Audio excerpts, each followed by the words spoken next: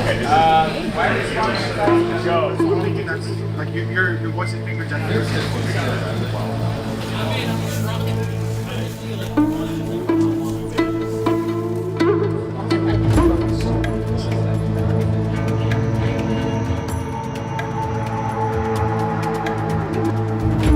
Z, you want to start? Well, let me ask you. Yeah, ask me What about this game feels familiar versus what things feel different when it comes to like grunt perspective?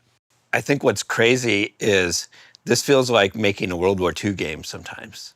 This is our opportunity for Big War, to bring it back and do it the modern warfare way. And to us, that means a large-scale battle, reclaiming a city. All of it's visceral, all of it's gritty, it's all grounded and ripped from the headlines, but we get to experience it in a variety of different ways.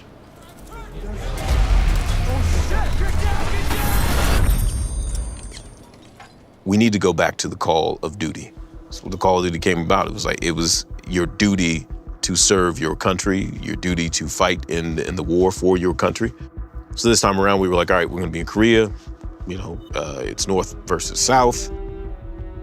What better place to go back to the roots of what Call of Duty is than that conflict?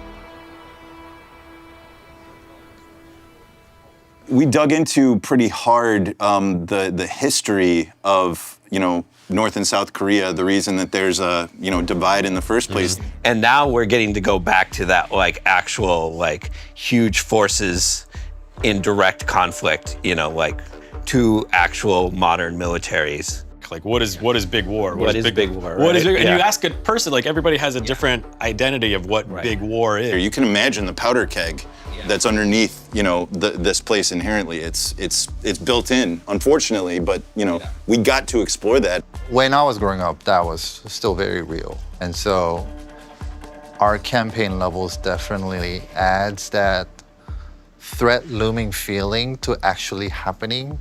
So this story kind of is like, what if? The city of Hajin is a really important aspect of the story overall. When conflict breaks out on the Korean Peninsula, this is where the conflict happens. North Korea invades this place first and takes this place. South Korea and North Korea was kind of part of the main story point of the single player mission. So our aim is to make sure that we relive the experience for the players and be able to portray that and then show the aftermath of the story that would happen in the single player. It's a place where our main characters, a lot of them live. It's what they call their home. And we were really inspired to make sure that this place was as accurate as possible, make sure the people that were inhabiting it were as grounded and realistic as possible. I was able to dug up some of the old photos and references that I've actually lived in. These are some of the areas where you would find in the entertainment districts or some of the apartment sprawl districts. We went from the initial concept stages and pre-productions and then looking at the global art direction for the goal of the game. 저 집들을 싹 비워라! 모두 밖으로 내보내. 알겠나? The narrative team and Grigsby, they have dialogue coaches and they have their lines, and we got to review every single line to feel like if this person is from the southern region of South Korea, then they need to have a specific dialect. We needed to make sure those elements are there. It makes us get immersed into it because their lines are so good and their emotions through the acting is so good that we were we bought it right away. 뭐야? 잠깐만. 진짜. 야, 이거 누구야? 주파. 우탱. 형, 나도 들어보자. 기회 들어가는 거다. 입안이고. Hey, fellas, I don't got my subtitles on. Speak my language, please. If we can look at this, I actually wanted to see how many people we have in here, in the block out. 2, 3, 4, 8, 9.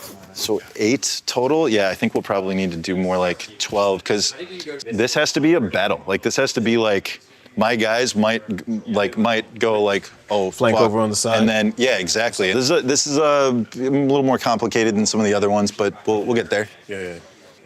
One of the things that makes Modern Warfare 4 unique is it has multiple story threads we get to experience different threads of the story through different characters and how they resolve the conflict that they come across. In South Korea, conscription is mandatory, which means all young people have to go into military service. We wanted to use that as a starting point for our character Park. He starts as a grunt who would rather be doing something else, and when war breaks out, he's forced to make a decision about how he's going to respond to that. Just starting from that of like the value of choice or not having choice, and for Park, it's I think the line we used was like, or they didn't give me the option to sign up. They just told me when to show up. Exactly. Right. Yeah. But he decides how he leaves. As the story starts to unfold, it goes from I'm just hazing a new guy and doing my daily stuff to, okay, now I have to figure out how I'm going to help keep myself and my guys alive. And we get to see that kind of play out through all these different, harrowing situations. Like your city's being bombarded. You're, just running from space to space as North Koreans are, falling and literally dropping in from the sky. And so it's just like you've never fired your gun at another person before. What does that feel like? What are you going to do mentally, to prepare yourself for no, it's time to it's time to initiate combat, right? Like that's a tough decision to make. And so I think that was an interesting place to go with someone who didn't ask for this, who didn't sign up, for a war, but is faced with fighting through one. Modern Warfare 4 brings us into new emotional territory because of some of the experiences that the characters have been through, some of the choices that they made that they can't come back from. We get to build on a foundation that makes this new chapter something we've been building towards for a long time, and a story that we're really passionate about telling. Something like this. I think we'll turn this more into just like a full-on, as though it were a work table, workbench. all the way, workbench across. Yeah, when we first met Price in 2019, he taught us that a soldier draws the line wherever they need it. We get dirty and the world stays clean, right? And I think people found that enticing at the time. That was a different way to look at what the good guy is, or what the good guy has to do to make the bad guy scared of the dark. But here we are in Modern Warfare 4, and what is the evolution of that, right? Where do you take that to the end of the line, right? Now with Price, this is an operator that essentially, after the events of the last game, has turned into an outlaw, right? He doesn't have the same, security apparatus that he had. He doesn't have the same tools necessarily of his trade. But he's the type of man that's going to find the best tool for the job no matter what he has to do. And we're going to see really kind of how far he's willing to go in this game, what lines he's willing to cross. We are just as excited to see where these characters get to go as we are for people to experience it. If Valeria starts back here and goes up to there, I guess, right? Something like that. So they get out of the helicopter. Yeah. They open the door. She's like talking to him like, yeah, you better not miss it. And then they all get out and come up, and then we land here.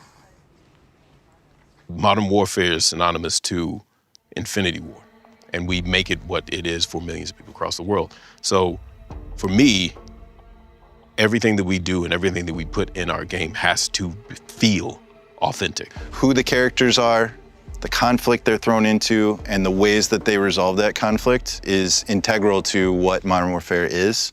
And putting the player right in the middle of it. Putting the player right in the middle of the action.